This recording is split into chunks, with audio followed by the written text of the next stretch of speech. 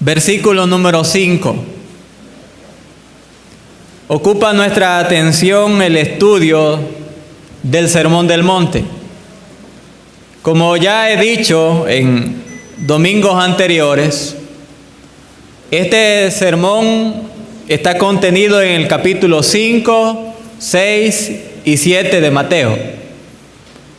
Y lo que aquí encontramos son las demandas del Señor Jesucristo para quienes quieren ser sus discípulos. El contenido de este sermón es ético, es decir, nos orienta sobre cómo debemos vivir la vida cristiana. Y las enseñanzas encontradas aquí no simplemente deben iluminar nuestro intelecto. Estas enseñanzas deben ser practicadas en nuestra vida para que podamos ser nosotros los discípulos que el Señor quiere. Esta mañana tenemos una bienaventuranza que realmente es corta. Y podemos nosotros pensar qué vamos a comprender, qué vamos a tratar con relación a este corto versículo. Dejemos, hermanos, que el Espíritu Santo nos hable a través de este pasaje bíblico. Y tratemos de que esta palabra no caiga, como dice en el libro de Samuel, no caiga a tierra. Que esta palabra llegue a nuestros corazones y nos bendiga. Dice el versículo número 5. Bienaventurados los mansos, porque ellos recibirán la tierra por heredad. Bienaventurados los mansos, porque ellos recibirán la tierra por heredad. Pensemos en el siguiente tema: la mansedumbre, virtud o debilidad. Cada vez que vamos estudiando una bienaventuranza, podemos notar que ellas son un poco más difíciles de practicar. La primera bienaventuranza tiene que ver con el pobre en espíritu, aquella persona que reconoce su condición espiritual y la necesidad que hay en su vida de la presencia de Dios. En condiciones normales, hermanos, las personas saben de que están mal espiritualmente hablando ante Dios y son sensibles en cuanto a ser pobres en espíritu generalmente. Después está la bienaventuranza de aquellos que lloran. Y como estudiamos hace algunos domingos, tiene que ver con aquellos que cuando ven su corazón, cuando ven la condición en la cual se encuentran, estas personas rompen en llanto, entendiendo lo lamentable que es el pecado que hay en su vida y la necesidad urgente de arreglar su mala condición espiritual. Es fácil entonces, podemos decir, aceptar de que uno necesita de Dios. Es fácil quebrantarse porque uno necesita del Señor. Pero ciertamente, hermanos, esta bienaventuranza no es tan fácil de practicar, porque habla de la mansedumbre. Habla de cómo nosotros debemos relacionarnos con las demás personas, entendiendo que las relaciones interpersonales suelen ser complicadas a veces, porque cada ser humano es distinto, es diferente, tiene un temperamento a veces un tanto complicado de comprender, y aquello de tener una buena relación con otras personas no siempre resulta tan fácil. Hermanos, ¿cómo se siente usted cuando alguien lo trata con dureza? ¿Cuál es la respuesta que hay en su corazón cuando alguien se muestra así con usted? Cuando una persona sin motivo alguno a usted trata de aprovecharse de usted y trata de hacer ver que usted es una persona quizás como ignorante, ¿cómo se siente usted? ¿Cuál es la reacción natural nuestra cuando nuestros derechos se sienten amenazados? Bueno, consideremos esto a la luz de esta bienaventuranza.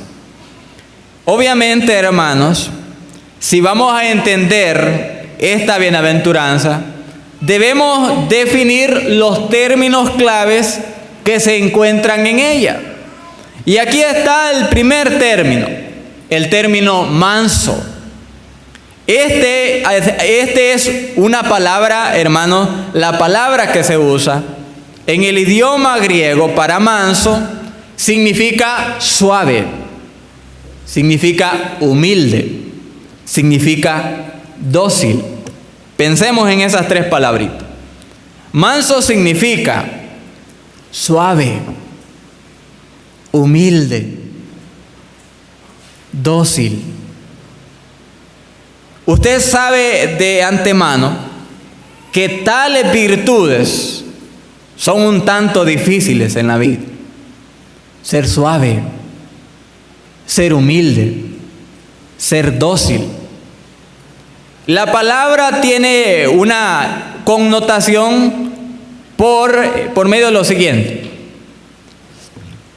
Cuando un caballo salvaje era domado, este caballo continuaba y continúa, por supuesto, teniendo la misma fuerza.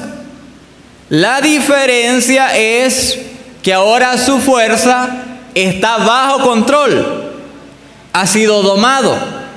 Esa es la idea de la mansedumbre en el idioma griego, de una persona que ha aprendido a tener control de sí mismo, que la fuerza que posee está ahora doblegada, sujetada a un poder superior, que en este caso obviamente es la presencia de Dios. Entonces la mansedumbre, hermanos, básicamente tiene que ver con la imagen que yo tengo de mí mismo, con la imagen que usted tiene de sí mismo, y mediante esa imagen que uno tiene, trata a las demás personas de buena manera. Entonces esto tiene que ver con relaciones interpersonales, con relaciones humanas, de la forma en que yo me veo y de la forma en la cual yo trato a mi prójimo. Escribió un escritor, un autor inglés, dijo lo siguiente: el que es verdaderamente manso es el que vive sorprendido de que Dios y los hombres puedan pensar también de él y lo traten tan bien como lo tratan. En la Biblia hallamos el ejemplo de personas que poseen o poseían gran mansedumbre. Vamos hermanos, a recorrer algunos versículos del Antiguo Testamento. Génesis capítulo 13.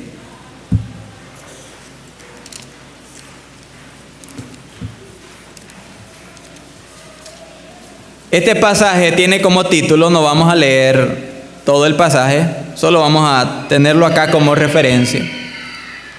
Dice el título del pasaje: Abraham y Lot se separan.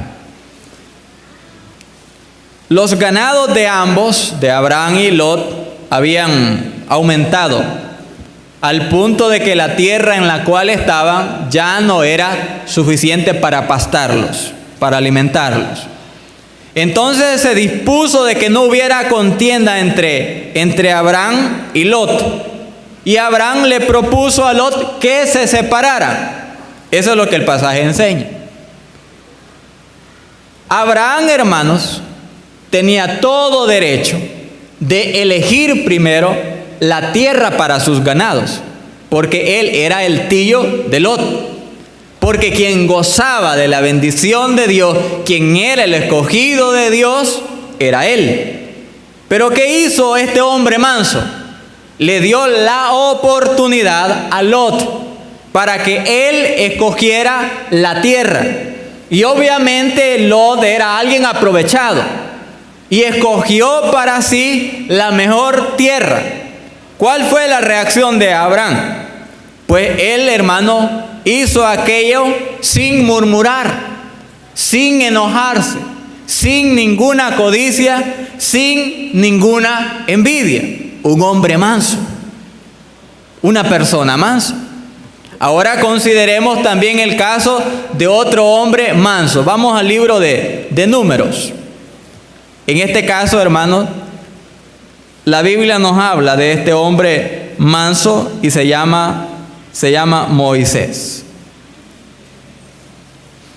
Vamos a considerar, solo a modo de referencia, busquen en su Biblia el libro de Números, capítulo número 12.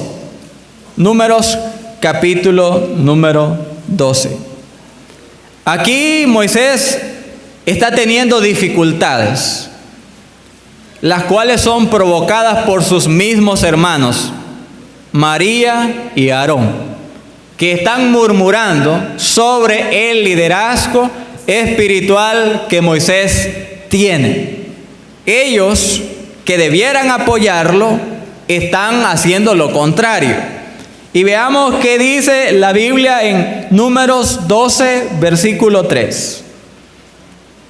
Esto es lo que el autor sagrado describe acerca de cómo era Moisés. Y aquel varón, Moisés, era muy manso, más que todos los hombres que había sobre la tierra. Mire lo que dice de Moisés. Y aquel varón, Moisés, era muy manso, más que todos los hombres que había sobre la tierra. ¿Estaba en lo cierto el escritor? Sí.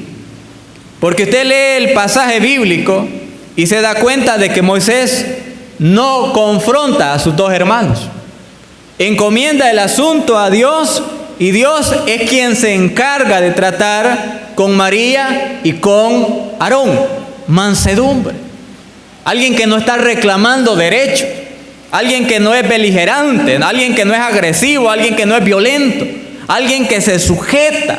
Alguien que sabe esperar que Dios arregle aquellas dificultades que se presentan en su camino. Vamos a otro personaje bíblico. Pero en este caso no vamos a tomar una referencia. En el caso de David. La Biblia nos enseña que Dios desechó al rey Saúl por su desobediencia. Y Dios le dijo a Saúl: no continuarás siendo rey sobre mi pueblo. Por tanto, Dios envió al profeta Samuel a buscar un nuevo rey. Y este rey fue David. David fue ungido como rey y el Espíritu de Dios vino sobre David a partir de aquel instante. Pero se nota lo siguiente al estudiar los libros de Samuel y Reyes, de que David no comenzó a reinar inmediatamente. David esperó que Dios tratara con Saúl para poder iniciar su reinado, y efectivamente así hizo. Ustedes, hermanos, leen el primer libro de Samuel y saben de que Saúl estuvo en las manos de David alrededor de 2 veces y David pudo quitarle la vida. En una ocasión, uno de sus soldados le dijo: déjame, que aquí está la oportunidad de darle muerte a tu enemigo. No, le dijo David: yo no voy a levantar mi mano contra el ungido de Jehová. Tuvo la oportunidad de vengarse, mas no lo hizo, porque era un hombre manso. Ahora, hermanos, vamos al Nuevo Testamento. Mateo capítulo 11, versículo número 29. Porque aquí quien ha dicho que es bienaventurado un manso es alguien que en su propia vida lo experimentó, lo vivió, el Señor Jesucristo. Este pasaje lo hemos leído nosotros varias veces.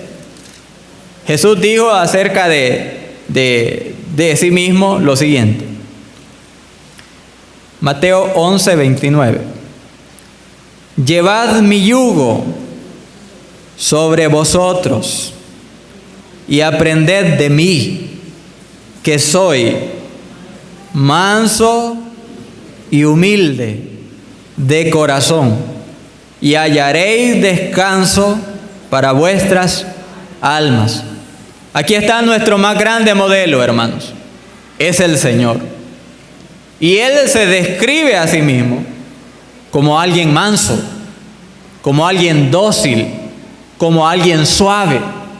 Cuando el apóstol Pablo escribe la segunda carta a los Corintios, él está rogando a aquella iglesia que cambien sus actitudes equivocadas, diciendo: os ruego por la ternura y mansedumbre de Cristo. Porque él era así. Era alguien que sufrió la persecución, la burla, el maltrato de los demás. Y de acuerdo a lo que nos escribe el apóstol Pablo en Filipenses, él se humilló a sí mismo, se hizo siervo y aceptó morir en la cruz del Calvario a favor nuestro. Esa es mansedumbre. Vivimos en días, hermanos, donde es común que la gente reclame sus derechos. La gente comúnmente se pronuncia a favor de sus derechos y exigen que sean cumplidos sus derechos. Y por eso se han creado sindicatos, para que sean cumplidos los derechos de los trabajadores. Pero cuando vamos a la Biblia nosotros, hallamos algo diferente en este aspecto. Hallamos de que una persona que tiene mansedumbre no es alguien que está reclamando derechos, es alguien que sabe sujetarse, obviamente con sabiduría, y sabe esperar que Dios se encargue de arreglar aquellas cosas que no están bien en cuanto a su trato con otras personas. Observemos dos cosas en cuanto a la mansedumbre y que la Biblia lo enseña. Que, hermanos, la mansedumbre no es una cualidad natural, no es algo con lo que uno nace, pues. La mansedumbre es una virtud producida en la vida del creyente por el Espíritu Santo. Acompáñeme al libro de Gálatas 5, 22 y 23. Usted sabe que acá está escrito lo que es el fruto del Espíritu. La vida que el Espíritu Santo puede producir en cualquier creyente cuando éste se somete a su señorío. Vamos a leerlo todo, porque allí en el versículo 23 está la mansedumbre. Dice el versículo 22: mas el fruto del Espíritu es amor, gozo, paz, paciencia, benignidad, bondad, fe, mansedumbre, templanza. Contra tales cosas no hay ley. Allí se hace notar de que la mansedumbre es una virtud que produce el Espíritu Santo. Hermanos, porque uno por naturaleza no es suave, ni tampoco dócil. Quizás casos excepcionales de personas que sean suaves, porque a veces lo que son las personas son toscas, agrias, como se dice, ásperas. Y fíjense, hermano, hablando de eso, que es interesante que en la Biblia se dé un mandamiento a nosotros los hombres con relación al trato con nuestras esposas. Y se nos dice que amemos a nuestras esposas. Y dice la Biblia: y no seáis ásperos con ellas. Porque esa es la tendencia natural del ser humano a veces. Ser agrio, áspero. Pero acá se nos dice que cuando la vida suya, la vida mía, está bajo el dominio del Espíritu Santo, nosotros nos sometemos con facilidad y logramos mantener una buena relación con nuestros semejantes. Ahora pensemos en lo siguiente, y debo aclararlo, que la mansedumbre proviene de una persona con gran fortaleza. Pensemos en eso, hermano, porque a veces se puede confundir la mansedumbre con otra cosa, con alguien cobarde, con alguien que nunca se atreve a decir que lo que están haciendo en su contra está mal. Y por ello las personas se aprovechan de ellos. Los tratan como quieren porque aquella persona simplemente agacha la cabeza y no hace nada. No es la idea de mansedumbre tampoco eso. Recordemos de que estamos hablando de que una persona con mansedumbre posee gran fortaleza en la vida. Vale.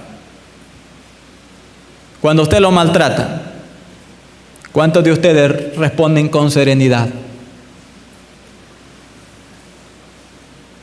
Algunos hermanos dicen, yo lo felicito. ¿Y los demás? ¿No sucede a veces, hermano, que cuando lo maltratan a usted, exteriormente no hace nada, pero interiormente está ardiendo en cólera, en ira? La fortaleza de una persona mansa es que cuando lo maltrata, mantiene la serenidad exterior y su interior. Pero es que vos sos así, que vos sos así. ¿Algo más? Sí, es que mira, ¿algo más? ¿Qué? ¿Algo más? Eso demanda fortaleza. Porque cualquiera puede abrir su boca y empezar a gritar, empezar a insultar, empezar a decir un montón de cosas. Notemos, hermanos, esta enseñanza de la carta de Pedro. Pedro fue discípulo de Jesús por alrededor de 3 años. Segundo capítulo de Pedro, primer carta de Pedro. Y Pedro pudo observar en carne propia cómo respondía el Señor frente a los ataques, al sufrimiento, a la persecución. Es impactante. Primera Pedro 2, 21 al 23 dice lo siguiente: pues para esto fuisteis llamados, porque también Cristo padeció por nosotros, dejándonos ejemplo, para que sigáis sus pisadas, el cual no hizo pecado, ni se halló engaño en su boca, quien cuando le maldecía, no respondía con maldición. Cuando padecía, no amenazaba, sino encomendaba la causa al que juzga justamente. Una persona mansa. Esto es lo que el Señor espera de nosotros, hermano. Así debemos comportarnos. Ser gente suave, gente humilde, gente dócil. Que cuando alguien nos dice que estamos equivocados, lo reconocemos y cambiamos la actitud que tenemos. Que cuando alguien nos quiere maltratar, mantenemos hacia esa persona siempre un profundo respeto. Alguien que sabe controlarse a sí mismo para mantener una buena relación con las demás personas. Y la mansedumbre se ocupa en toda esfera de la vida, hermanos. Pensemos en el trabajo. Yo, el testimonio que he escuchado, que trabajar en lugares donde los jefes o los compañeros no son cristianos, se vuelve complicado a veces. Y la gente a veces que no es creyente trata de provocar a los cristianos, trata de enojarlos, trata de humillarlos para ver cómo ellos responden. Y si un dado caso ellos responden mal, decirles en su cara: y decís que sos cristiano, ¿verdad? Es difícil, hermano. Difícil a aquellos que les corresponde trabajar a veces en las escuelas, en los hospitales, en clínicas, a veces en el mercado o en cualquier otro lugar. Difícil. Por ello se necesita mansedumbre en la vida. ¿Y qué me dicen ustedes de la vida familiar? También se ocupa la mansedumbre. Para uno, hermano, aceptar que está equivocado y buscar la paz en las relaciones. A veces uno quiere salir ganando siempre en las discusiones y lo que hace solamente es agravar los problemas.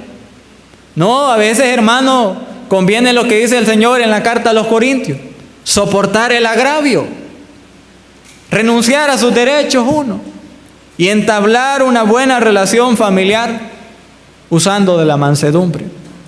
También en la iglesia se necesita mansedumbre y la ocupamos todos, hermano. La ocupamos todos.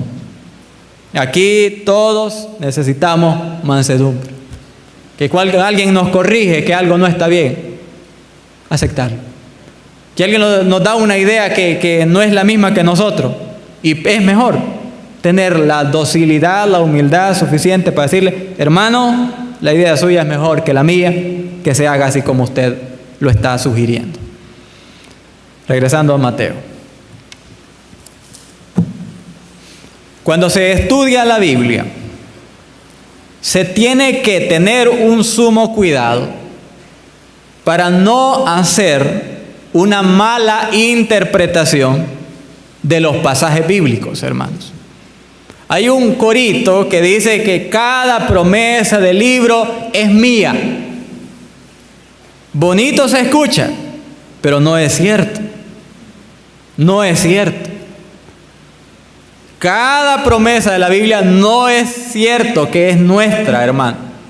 Y nosotros debemos aprender a discernir aquello que está dirigiéndose a nosotros y aquello que se dirigió a otra persona o a otras personas en otro tiempo. Y aquí hay un caso de eso. ¿Cómo dice la bienaventuranza? Consideremos en segundo lugar la especial promesa para los mansos. Bienaventurados los mansos, porque ellos recibirán la tierra por heredad. Miren lo que aquí dice, hermano. Que los mansos tendrán una recompensa. Recibirán la tierra por heredad. Noten ustedes de que el tiempo es el tiempo futuro el que se está anunciando allí. Recibirán. No recibe, no recibió, sino recibirán. ¿Qué cosa? La tierra por heredad. Hay entonces alguien que alegoriza la palabra de Dios. Alegorizar, hermano, es ver en la palabra de Dios un significado oculto o misterioso. Alguien que alegoriza pudiera decir: aquí la promesa del Señor es para los creyentes, es que aquellos que sean mansos van a recibir el cielo. No es lo que enseña el pasaje. El pasaje dice que los mansos recibirán la tierra por heredad. Pongan su mirada en el versículo 1 para aclarar a quién fue dirigida esta promesa. Viendo la multitud, subió al monte y sentándose, vinieron a él, ¿quiénes? Sus discípulos. ¿De qué pueblo eran los discípulos de Jesús? Del pueblo de Israel. Aquí hay entonces una promesa para el pueblo israelita, no para la iglesia. Ahora, hermanos, aquí hay obviamente una promesa literal para el pueblo de Israel. la tierra como herencia perpetua, un tema del Antiguo Testamento. Acompáñenme al Salmo 37, versículo 10 y 11. Dice lo siguiente: pues de aquí a poco no existirá el malo, observará su lugar y no estará allí. Pero los mansos heredarán la tierra y se recrearán con abundancia de paz. Oigan, el pueblo de Israel tenía en su mente esta promesa de Dios de recibir la tierra como herencia perpetua. Ahora, ¿a qué se refiere esta promesa?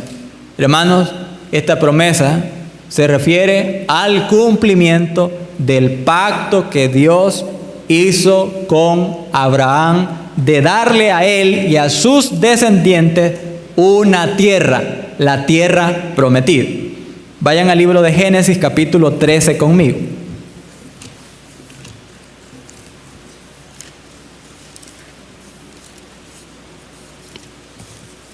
Versículos 14 y 15 dice lo siguiente: y Jehová dijo a Abraham, capítulo 13, versículos 14 y 15, leo: y Jehová dijo a Abraham, después que Lot se apartó de él: alza ahora tus ojos y mira, desde el lugar donde estás, hacia el norte y el sur, y al oriente y al occidente, porque toda la tierra que ves la daré a ti y a tu descendencia para siempre. Dios hizo un pacto con Abraham, y una de las bendiciones de ese pacto es que el pueblo de Israel gozaría de esta tierra, hermanos, perpetuamente. Digamos que esta tierra, el límite es el río Éufrates, hasta la frontera con Egipto. En el tiempo de hoy, Israel ocupa una pequeña porción de la tierra que Dios le ha prometido, pero no toda la tierra. Ahora consideremos otras cosas. Que en los tiempos de Josué, Israel tomó posesión de la tierra prometida, pero no de toda, de acuerdo al testimonio de Josué y del libro de los jueces. En los tiempos del rey David y Salomón, ellos extendieron el territorio de Israel y casi lograron abarcar toda la tierra que Dios les había prometido, pero no toda. Ustedes estudian el Antiguo Testamento y saben de que el pueblo de Israel fue llevado al cautiverio, primero por los asirios y después por los babilonios, y por tanto perdieron la posesión de la tierra prometida. Pero la promesa de Dios sigue vigente para el pueblo de Israel y tendrá su cumplimiento en el reino milenial, de que el pueblo de Israel, el pueblo convertido a Cristo, cuando el Señor venga, tendrá la herencia perpetua de la tierra que Dios les prometió a través del pacto abrahámico. Ezequiel 36.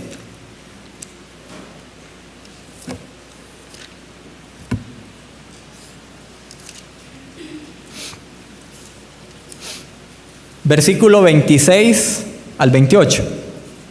Dice lo siguiente: en el tiempo del reino milenial, hermano, después de la segunda venida de Cristo,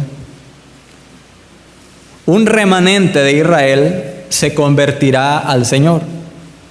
Y ellos tendrán el derecho, la bendición de estar en la tierra prometida por siempre. Dice el versículo 26: os daré corazón nuevo y pondré espíritu nuevo dentro de vosotros, y quitaré de vuestra carne el corazón de piedra, y os daré un corazón de carne, y pondré dentro de vosotros mi espíritu, y haré que andéis en mis estatutos, y guardéis mis preceptos, y los pongáis por obra. Esta promesa es para Israel, hermano. Versículo 28. Habitaréis en la tierra que di a vuestros padres, y vosotros me seréis por pueblo, y yo seré a vosotros por Dios.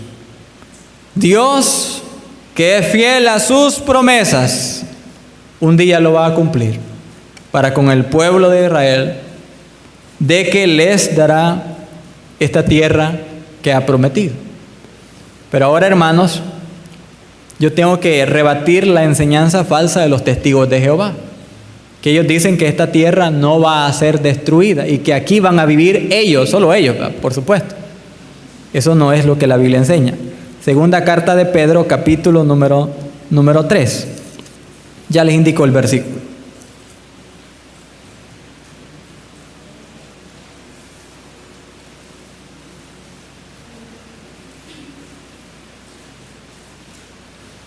Segunda carta de Pedro, capítulo 3.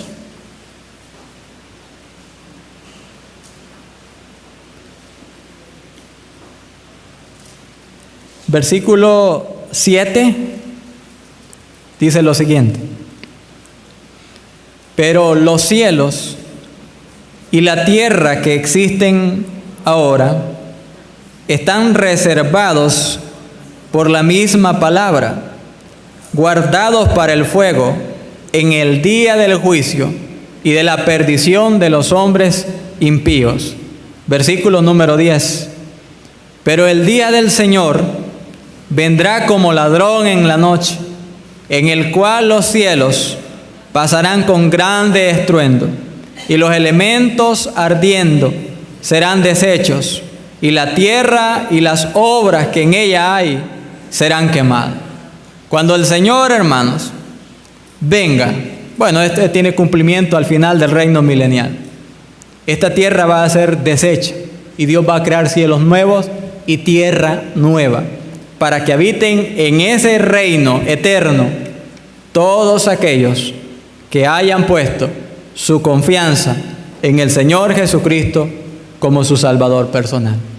Es decir, Dios tiene un plan para su pueblo, y este plan para su pueblo es distinto al plan que Dios tiene para su iglesia.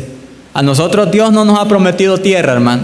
Lo que nos ha prometido es cielo, y a ese cielo nosotros iremos un día, cuando el Señor aparezca por segunda vez en el arrebatamiento. Entonces dirá alguien: ¿y esto pues qué tiene que ver conmigo? Bueno, podemos hacer una aplicación. Dios cumple cada promesa que hace. Dios ha dicho que aquel que cree en Cristo tiene vida eterna. Pero Dios también ha dicho que aquel que se rehúsa a creer en el Hijo no verá la vida, sino que la ira de Dios está sobre él. ¿Qué quiere usted? ¿La vida que Cristo da o la condenación que Él mismo ofrece? Le aconsejamos en esta mañana, si usted nunca ha conocido a Cristo, que en este día se acoja a la promesa de la vida eterna que Él nos hace. Padre, te damos las gracias en esta mañana por la bendición que tenemos de estudiar tu palabra bendita. Señor, gracias por esta bienaventuranza que nos habla de una virtud necesaria para nuestra vida y para nuestras relaciones interpersonales, como es la mansedumbre. Señor, ayúdanos a ser de espíritu dócil. Ayúdanos a tener humildad en la vida. Ayúdanos, Padre, a ser personas dispuestas a someterse, Señor, dispuestas a estar bajo la autoridad de los demás, sin mostrar, Señor, enojo, amargura. En esta mañana, Señor, también hemos considerado esta gran promesa que haces a tu pueblo Israel. Tú un día, Señor, le darás esa tierra que prometiste a tu siervo Abraham, y ellos habitarán en ella perpetuamente. Pero Dios, obviamente estas promesas son para aquellos que creen tu palabra. Y por eso nosotros, Señor, como creyentes, te damos gracias porque las promesas que has hecho a tu iglesia también son verdaderas y fieles. Y has prometido que un día volverás por nosotros y nos llevarás al cielo, a tu santa morada. Aquel que no tiene la presencia de Cristo, Señor, llámalo a la salvación este día y bendícelo. Si usted todavía no ha tomado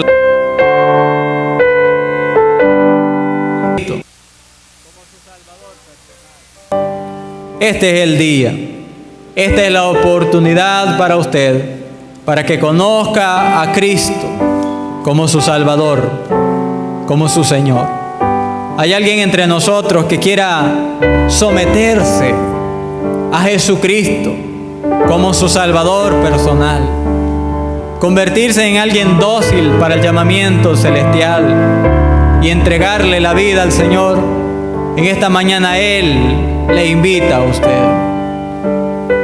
También quizás yo estoy en esta mañana, al tratar este tema he hablado, y usted ha sentido que el Espíritu Santo ha tocado su corazón, porque es una persona conflictiva quizás, una persona que no le gusta someterse. Esas actitudes debemos cambiarlas, hermanos, por el poder del Espíritu Santo, y permitir que el Señor conduzca nuestras vidas y nos ayude a ser diferentes. Que la gente pueda ver en nosotros personas transformadas por el poder de Dios. Bien, invito a la congregación a ponerse en pie, vamos a orar. Vamos a quedar en sesión de negocios. Si usted desea conocer los proyectos que se tienen para los próximos días, está invitado. Y si no, pues que el Señor le lleve con bien a su hogar. Padre, te damos gracias por la gran bendición que tenemos en este día de reunirnos, Dios.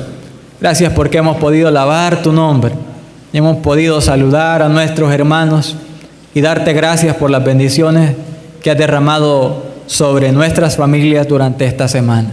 Señor, yo te agradezco por la fidelidad de tu pueblo al estar en este culto. Es mi oración de que tú les prosperes de forma personal y abundante a cada uno de ellos y les guardes de todo mal en la semana que ya inició. Señor, aquí queda la sesión de negocios. Danos mansedumbre para que todo cuanto tratemos sea hecho, Señor, con humildad y orden. En el nombre de Jesús, lleva con bien a mis hermanos. Amén.